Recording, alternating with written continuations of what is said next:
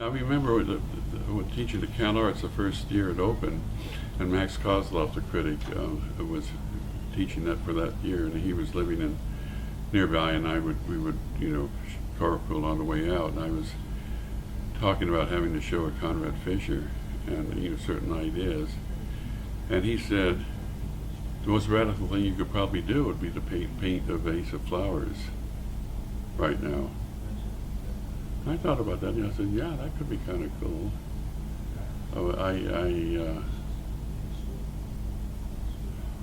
But I guess in my mind it didn't go far enough. And then looking back, I'm sure Polka had probably beaten me to it.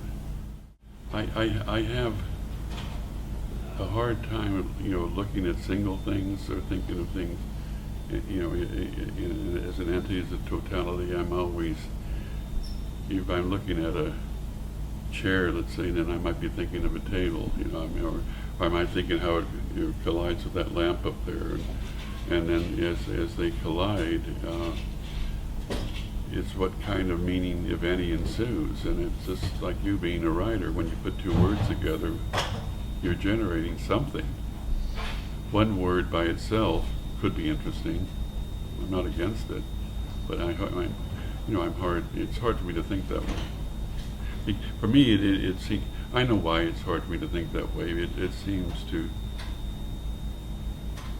suggest that there's one truth, one way of looking at things, and I just don't buy that. I don't know if you ever talked about this or not, but I was teaching at a community college and teaching a life drawing class, and beginning to be a 3-hour class.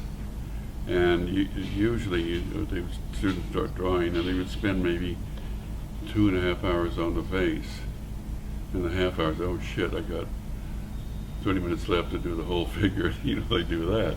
And I'm trying to say, listen, the body is an organic whole, and it's not just a collection of parts. And what I finally did, just to break through of that habit of how they prioritize their looking, for the first 2 hours or so, I just put a drape over the model's head so they couldn't draw the head. They would have to start somewhere else. And it was pretty uncomfortable because they didn't want to do that. And then the last hour of the class, I'd take it off and say, okay, now you can draw the head, put the head on. And there was a collective gasp. Yeah. I had no idea it was that person. But I finally realized then that we do, it's such a no-brainer. We do have a priority of vision. If I'm, unless I'm some nerd, when I'm introduced to somebody, I look at their face and not at their shoes.